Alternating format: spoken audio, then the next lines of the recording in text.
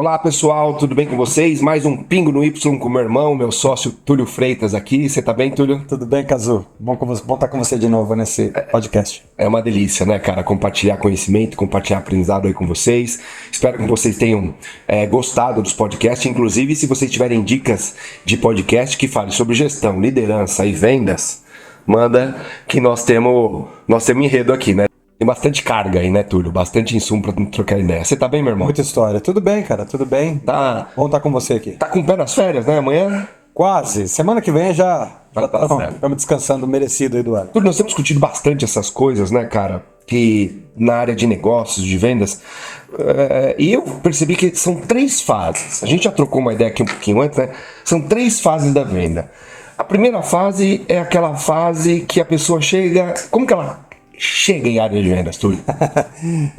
Pelas andanças a gente percebe que a grande maioria das pessoas cai de paraquedas. Dificilmente aquela pessoa que fala, quando é criancinha, eu vou virar vendedor, eu tenho orgulho, eu quero abrir, eu quero ser médico, eu quero ser dentista, eu quero ser advogado. Bombeiro, palhaço, tudo, né? Mas a questão do vendedor a gente não escuta muito. É o que a gente tem visto por aí. Imagino que você que está assistindo também deve estar se percebendo, você que é de vendas também deve estar se percebendo nisso. Eu, no meu caso, por exemplo, eu já tem outros podcasts que a gente fala disso, eu fui experimentar vendas, que tinha uma necessidade, garoto, queria comprar uma bicicleta, e você vai lá, quando você vê, você está vendendo. E a maioria, eu vejo aí criança, inclusive, não sei se você sabe, eu postei aqui na minha rede social, Kazu Yasaka, Kazu_Yasaka, eu postei um vídeo do O Poder do Pitch de Vendas. Que a Júlia é uma menininha e ela vai lá, a Júlia e não sei a outra, vai lá e oferece uma pulseirinha e tudo, né? Então tem muitas histórias de crianças que saem vendendo alguma coisa por aí. Agora mesmo eu vi seu filho vendendo um Nike que ele parece que ele não usa, né? No precinho ele pôs no Instagram. Então tem uma fase da criança, ela fala que não quer vender, né? Ela, não vou ser um vendedor.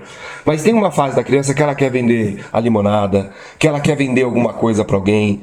Isso, o Gabriel uma vez ele pegou meu filho, né? Ele pegou uma cestinha, encheu de capinha de celular e saiu vendendo no condomínio. Até que o segurança falou, não pode fazer comércio. Eu falei, cara, isso não tem nada a ver com comércio, isso tem a ver com o espírito empreendedor, né? Você tem percebido isso também, que várias pessoas mais novas, assim, crianças, acabam brincando com isso? Sim, sempre tem um sonho envolvido nesse processo, sempre tem uma coisa de libertação, sempre tem uma coisa de autonomia. Sim. Eu consigo fazer, se meu pai não deixar, eu faço. Eu consigo comprar aquele brinquedo que custa caro, aquele videogame que custa caro, que muitas vezes o pai fica ali limitado, não quer dar, tal. E aí esse processo de um jovem que vai fazer esse movimento, ele é inspirador, ele gera uma autonomia e ele gera um encantamento. Sim. Opa, é possível. O desafio, lógico, se essa criança começar a brincar disso e gostar, incentivar o empreendedorismo sem ele perder o foco nos estudos, na brincadeira, né? Porque tem gente que acaba ficando muito tempo nisso, né? Mas, Túlio, e aí que eu vi também, cara, parece que é assim, né? Ele começa a brincar com vendas, até faz um tempinho, tudo, ganha um dinheirinho, mas depois ele nunca vai falar, eu vou ser um vendedor. De repente ele vai trabalhar em algum lugar e cai em vendas. Foi assim com você, né? Foi, não, exatamente. E o sonho começa a ficar maior, a necessidade fica maior, a independência, né, a necessidade de ser independente. Eu que vim de classe média baixa, você tem que se virar. O termo que a gente usava era se virar, né? E aí você começa a conectar com novas coisas, produtos de uma receita maior, ticket médio maior, você começa também a ter uma recompensa financeira maior e você vai, quando você vê, você está fazendo carreira. Esse processo. Quando você vê, você está fazendo carreira. É incrível como a área de venda ela te suga, né? E aí o que é legal é o seguinte, você começa a ter nessa coisa do encantamento, você começa a achar que tudo pode, né? Com talento, né? E aí começam algumas coisas assim que são pejorativas, né, no processo do vendedor. Que é aquela coisa assim, esse cara tem lábia. Isso. Mas sabe o que eu acho legal nisso? Porque assim, eu também caí de paraquedas, né? Eu fui trabalhar lá na Fiesp como Relações Públicas e meu objetivo era trazer novos associados. Já contei isso no podcast da História da Saca, o foco não é esse.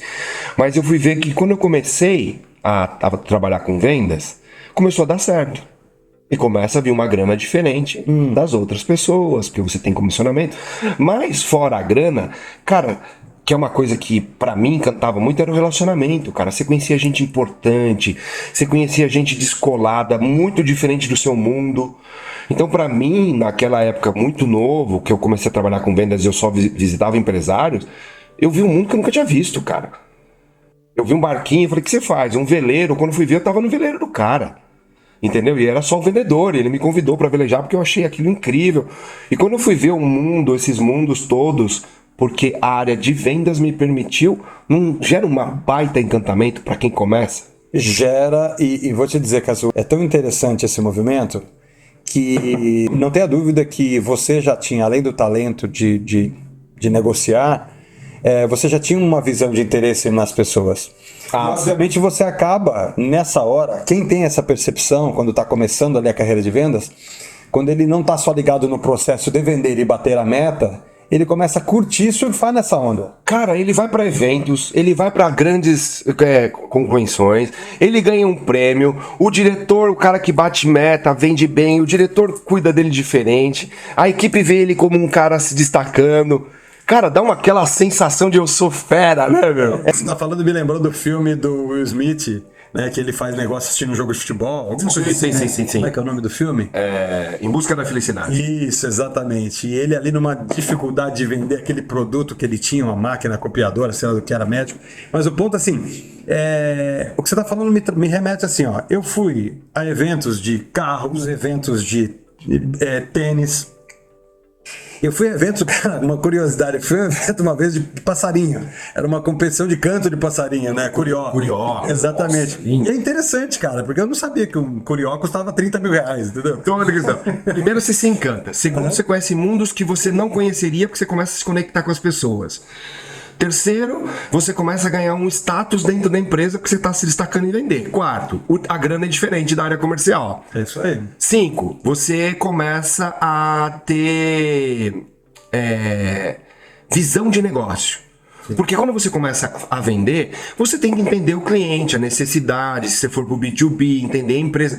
Então você também tem um aprendizado, você começa a aprender no trabalho de vendas sem querer, de uma forma muito diferente de sala de aula e tradicional, você começa a aprender. Porque você começa a ver, por exemplo, você já sabia que existia campeonato de curió? Não. Então, cara, curioso. Essa primeira fase do cara que entra em vendas, ela é encantadora, não é? E para quem tá ouvindo, Casu, é legal o que você tá falando, porque tem muita gente que tá ouvindo a gente aqui que tá batendo pasta na rua. O cara tá visitando pra caramba. E agora há pouco eu falava com o Guilherme, que trabalha com a gente falava assim, puxa, se eu tivesse só vendendo café, eu poderia só estar indo até a fazer a minha rota de bares, tal, vendendo café e entregando café quanto você quer, e obrigado, vou pro próximo. E quanto mais eu rodar, mais eu vendo. E você perde a oportunidade de conhecer as pessoas, de olhar no olho das pessoas, de entender o que ele precisa, de como ele pode fazer a divulgação daquilo melhor, como ele pode, de fato, tratar o produto dele, que é um simples café, em algo diferente para relacionamento, porque quando você toma um café, você está se relacionando com as pessoas. E eu vejo assim que uma das características principais de vendedor, de empreendedor é isso, ele começa lá na vendas, né? Ele começa em venda, lógico, tem empreendedor de tecnologia, tem outros, mas a grande maioria é isso, né? Então acho que essa primeira atendendo uma necessidade. Essa primeira fase do cara que cai de paraquedas na venda, ele se encanta. Tô certo? É um encantamento, assim, um glamour, né? E é legal chamar de fase, porque não para por aí. Não para, porque isso é a paixão, né? E a paixão, ela tem tempo, né? Aí começa a segunda fase, que pra mim, Túlio, eu não sei qual nome que a gente pode dar pra segunda fase, mas eu vou comentar e depois a gente batiza. Primeira fase é um grande encantamento, é paixão, é aprendizado, é conexão com gente, é dinheiro diferente, é status, né? Muito ego. É igual você começar a namorar, né? Tudo tá lindo, maravilhoso. Segunda fase do homem de vendas, Túlio, pra mim, ele começa a perceber uma certa realidade. Quais foram as primeiras decepções que você teve quando passou esse encantamento, Túlio? Porque o que acontece? Eu não sei quem tá entrevistando quem hoje, Túlio.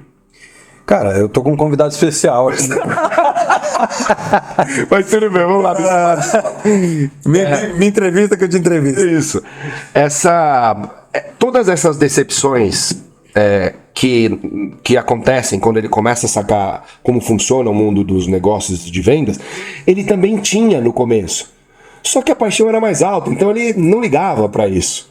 Só que isso acaba virando rotina, ele já entendeu aquilo, aí ele começa a ver uma outra, não uma realidade que não existia, já existia, só começa a ficar mais nítido para ele, né? Por exemplo, eu lembro quando as reuniões de pressão, cara.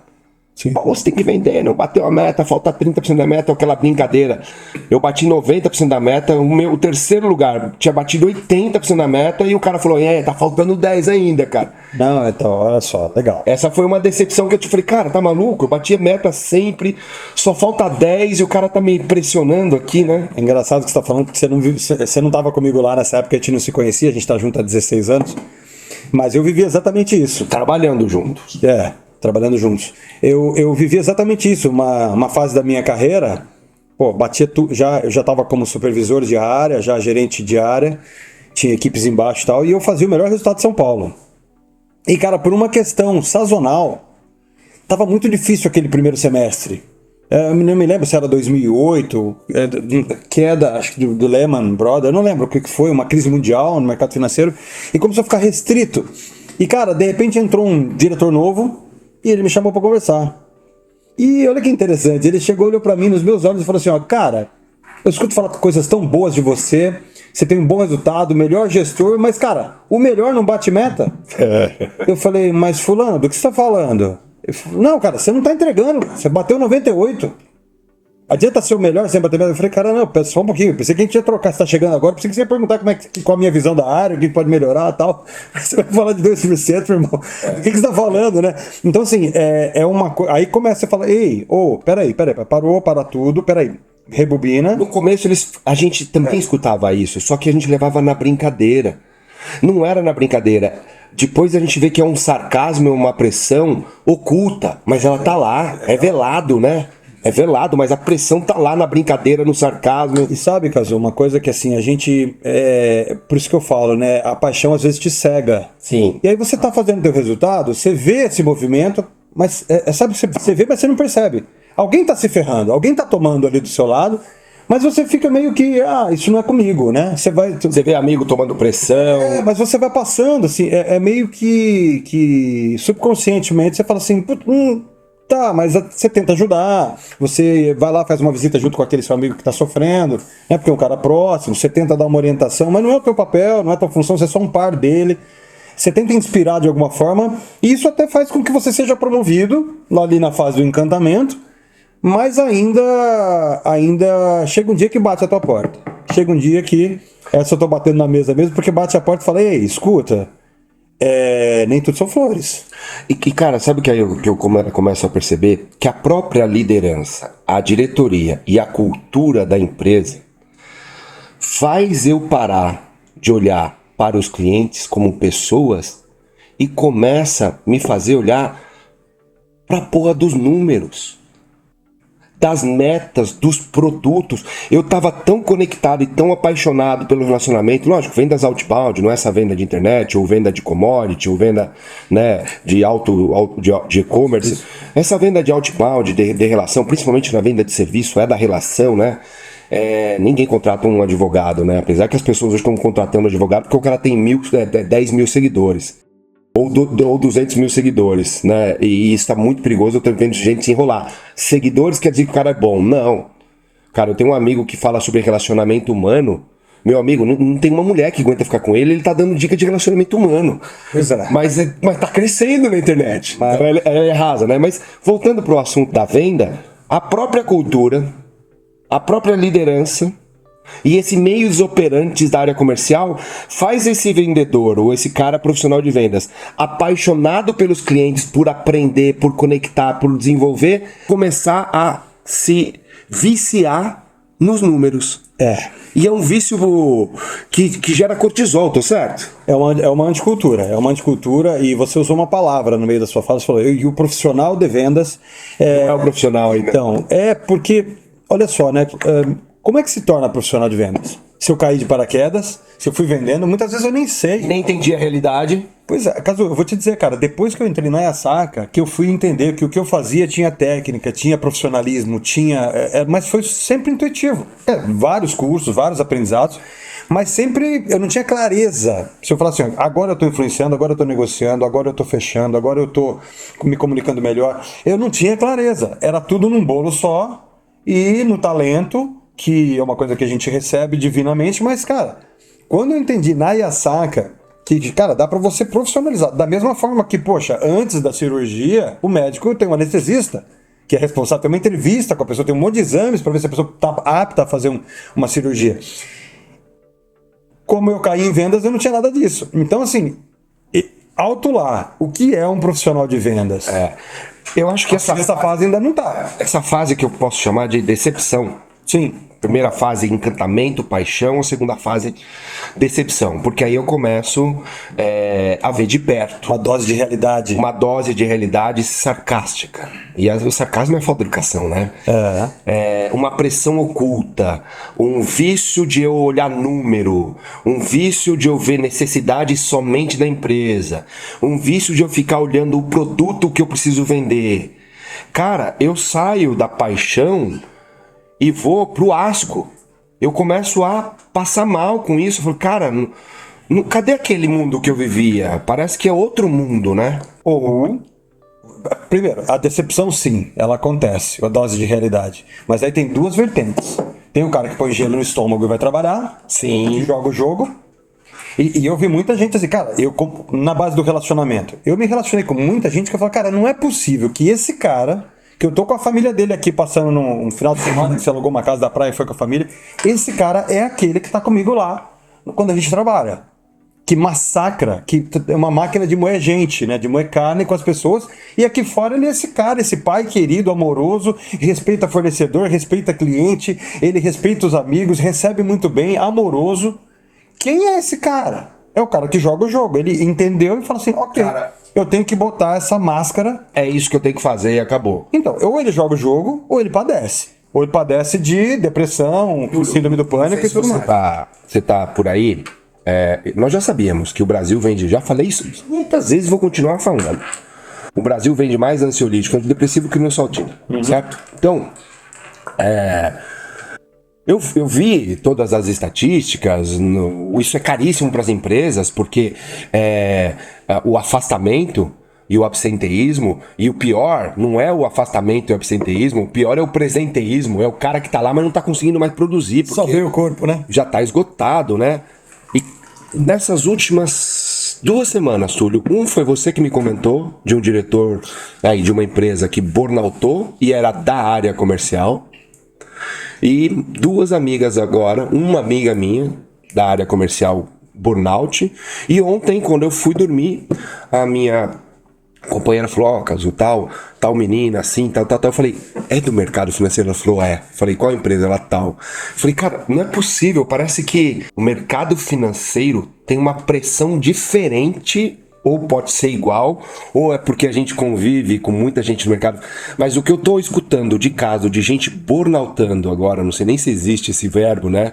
Mas entrando em estresse radical, afastamento, terminou o casamento. Menina ontem, meninas, no grupo das meninas, né, que ela também, minha companheira já trabalhou no mercado financeiro, falando, meninas, eu me separei, eu perdi o emprego, tô tomando antidepressivo e eu tô embaixo da coberta e eu tô escrevendo a mensagem chorando pra vocês. Ela pediu socorro. Porque essa pressão mata todo o significado dessa pessoa. Tô certo? Mata a paixão, mata o significado, mata o desejo, e o que aflora são as carências. Isso é que é o desafio, né? Mas tem gente que sai daí, volta pro jogo, fala, esse é o jogo, então eu vou jogar esse jogo e vamos embora. Ou fica mudando de emprego, né? Mudando de empresa, entendendo que o problema tá fora. A oportunidade não tá nela, tá fora. Né? Então a primeira fase do encantamento, a segunda fase da decepção, e tem uma coisa que você falou uma palavra, não é decepção, também tem a fase de eu vou aceitar, aceitação, e eu vou jogar esse jogo, não vou mudá-lo, nem mudar, eu só vou jogar o jogo. Aqui eu boto uma máscara, porque eu sou o cara de homem de negócio e assim tem que ser. É por aí, eu acho que tem por isso. Mas, vamos pensar assim, tá tudo certo. A vida tá aí, tá acontecendo, os resultados acontecem, as pessoas fazem patrimônio. Eu tive um... Não, e tem gente que vira diretor. Então, eu tenho um amigo... assim, né? Eu tenho um amigo que é vizinho, ele pratica esporte comigo, faz uns treinos comigo, e ele se aposentou aos 50 anos. Ele chegou a ser diretor de uma grande software house, e eu convidei para fazer entrevista, ele falou assim, nem a pau, já fiz minha parte. Eu falei, por quê, fulano? Ele falou, porque... palavras dele, tá? Ele falou assim, porque o meu trabalho, eu trabalhava como se fosse uma prostituição. Aí Eu falei, como assim, fulano? Me explica melhor. Pesado. E a gente pedalando numa subida. pesado, hein? O nome da subida é Cala a Boca, que ninguém conversa na subida, porque é muito difícil. Aqui na Romeiros, na rodovia. E aí eu falei, cara, vou ter que perguntar. Como assim, né? E ele falou, cara, a gente faz o máximo possível para ficar o menos tempo nessa vida e sair dela. Juntar o máximo de dinheiro possível para sair dessa vida. Eu falei, cara, que pesado. Eu falei, mas você teve sucesso, você teve carreira internacional. Sim, mas eu juntei o meu dinheiro. Hoje eu tenho minhas economias para viver fora disso. Eu não quero nem mais falar disso. Então, olha onde chegou. Então não tem a ver. Às vezes o cara subindo a carreira, mesmo assim, Cazu, ele tem essa sensação. Ele fala, eu vou sofrer por esse período, faço meu pé de meia e vá subo desse mundo, né? É pesado. E ele falou, isso me custou 8 anos de psicólogo, todas as... Túlio, e eu lembro que quando, lá em 2009, quando você era meu cliente, né? Sim. Naquele banco lá no Citibank, todo mundo já sabe. Túlio me contratava para fazer uns trabalhos lá. E você um dia me ligou à noite e falou, cara, tô fora, não aguento mais isso não. Quero outro emprego. E a gente acabou sendo sócio. Então eu acho que tem uma terceira fase, Túlio. Tem gente que fica na segunda. Entende o jogo, tá decepcionado, entende o jogo. Vai jogar o jogo, fazer seu pé de meia ou não vai sair dali. Porque tem gente que não consegue crescer, né? Mas tem uma terceira fase, Túlio, que eu vejo que são poucas pessoas que estão nelas. E você conseguiu fazer essa transição, né? Eu falo você porque eu trabalhei muito pouco nas empresas, né? Eu só trabalhei no Sebrae, na Fiesp, então eu, por 24 anos, dia 30 de agosto vamos fazer 24 anos. Dia 30 de agosto vamos fazer 24 anos de Assaca, 16 com Túlio. Mas tem gente que vai para uma terceira fase, de entender que não é isso. Eu vou lidar com isso, mas não é isso. E ele volta lá para a essência. Aí é o cara que se torna profissional, independente da cultura que aquela empresa tem. Ele fala, eu entendo esse jogo, eu entendo essa regra, mas eu não vou dar canelada, eu não vou entrar de carrinho, eu não vou fazer essas coisas, eu vou jogar aquele jogo de conexão, de entendimento, de aprendizado, de ajuda mútua e etc. nesta cultura. Aí ele começa numa nova fase de vida, mesmo estando naquele ambiente tóxico. Perfeito. Então, certo. Olha só. E aí o ambiente não fica tão tóxico. E você tá tão certo, Cazu, que assim, uma boa analogia é com o futebol. Quer dizer, continua a mesma regra. O campo é do mesmo tamanho, a linha do gol, a linha do central. Perfeito. Tem juiz, tem o atacante, tem a defesa, tem o goleiro, tem o juiz.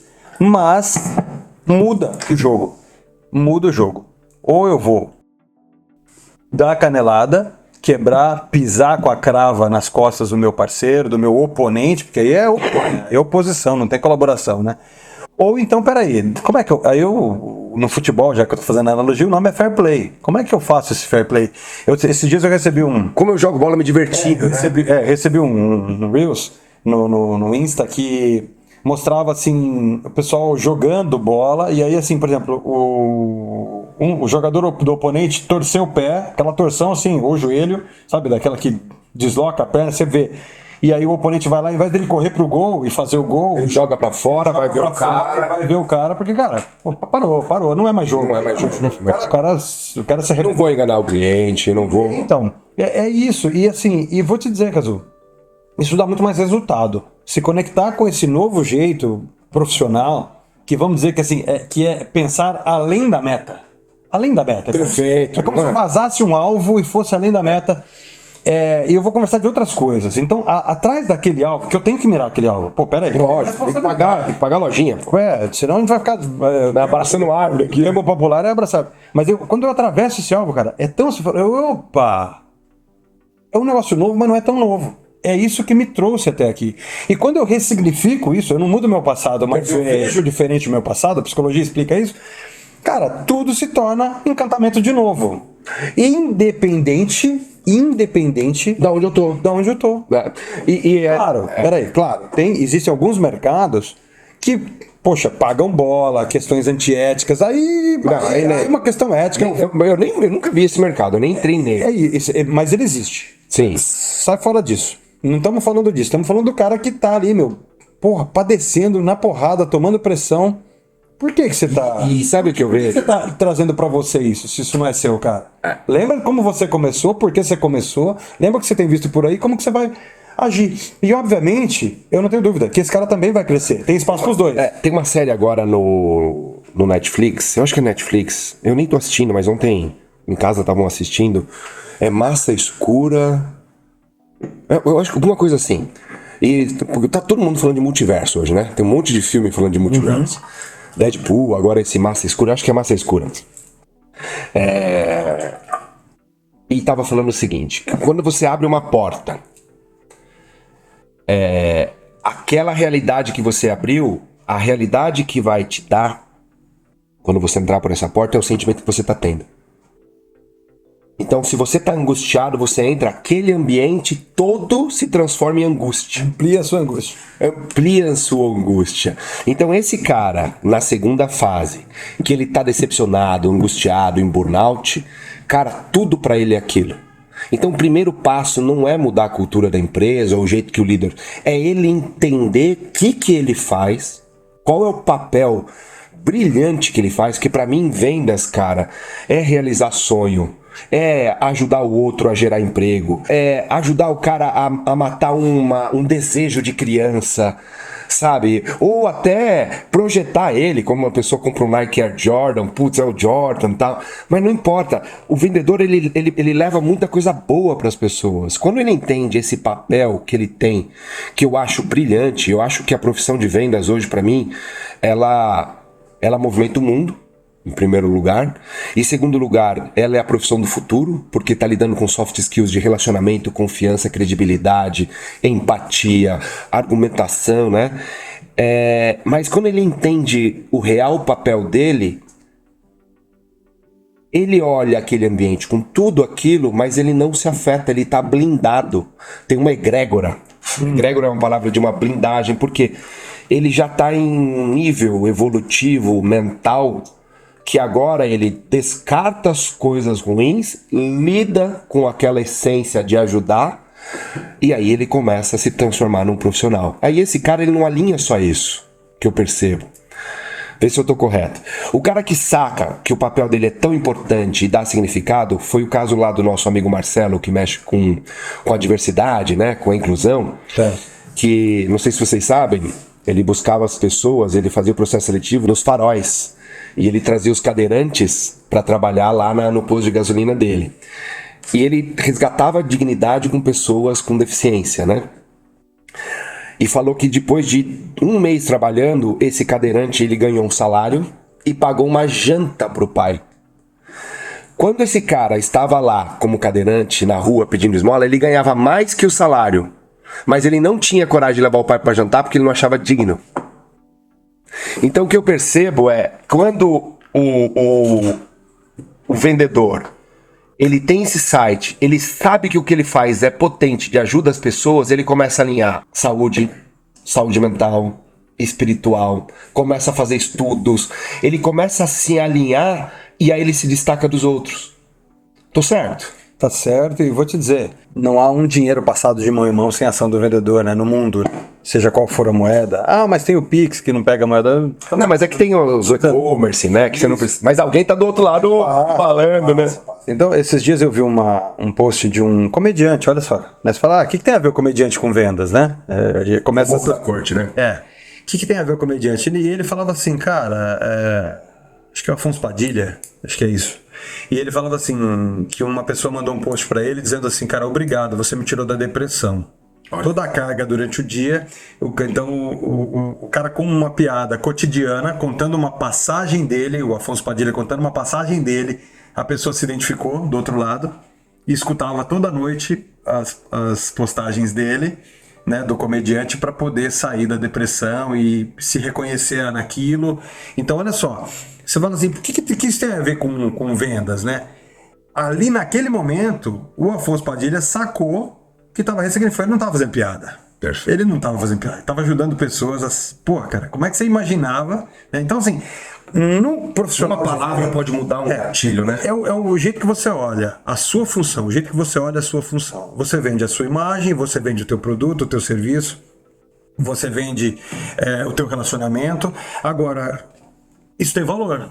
Isso tem valor. Quando você, de fato, se torna um profissional, no nosso ponto de vista, estamos alinhados aqui do que é ser um bom profissional de vendas, quando você olha isso, aí você fala, caramba, legal.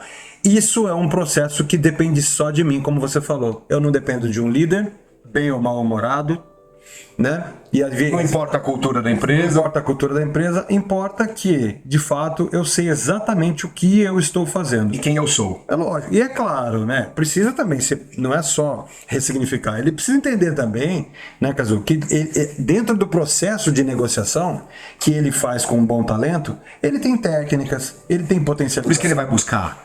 Como ele tem orgulho do que ele faz, ele tá grande emocionalmente, ele começa a se capacitar mais. E assim, galera, nós não estamos falando aqui que é a minha história, é a minha história, é a história do Túlio, é a história do Williams, é a história de muita gente que a gente tem visto nesses 24 anos de Asaka. Túlio tá muito mais tempo aí no mercado de vendas, no mercado financeiro, inclusive outros mercados, mas a gente tem visto que são histórias de várias pessoas. Então assim, fase 1, nunca esqueça dela, porque ela vai te ajudar lá na fase 3. Porque foi por causa daquilo que você continuou. Fase 2, cara, primeiro sinal do que não sabemos estamos fazendo é uma obsessão pelos números. Johan Goethe. Fase 3, o dia que eu mudo o jeito de olhar para as coisas que eu olho mudam. Beleza é ver beleza. Beleza, ver beleza. É milagre é ver milagre, é bíblico, né? É isso tudo. É isso, cara. Bom, espero que a gente tenha contribuído aí para vocês. Vocês que estão na fase 1, fiquem poucos na fase 2, muito pouco, ressignifica esse papel, entende seu papel. Na fase 3, vai buscar evolução em todos os sentidos da sua vida. E você que é diretor ou responsável pela área de vendas, para de matar o significado das pessoas. Se liga nisso.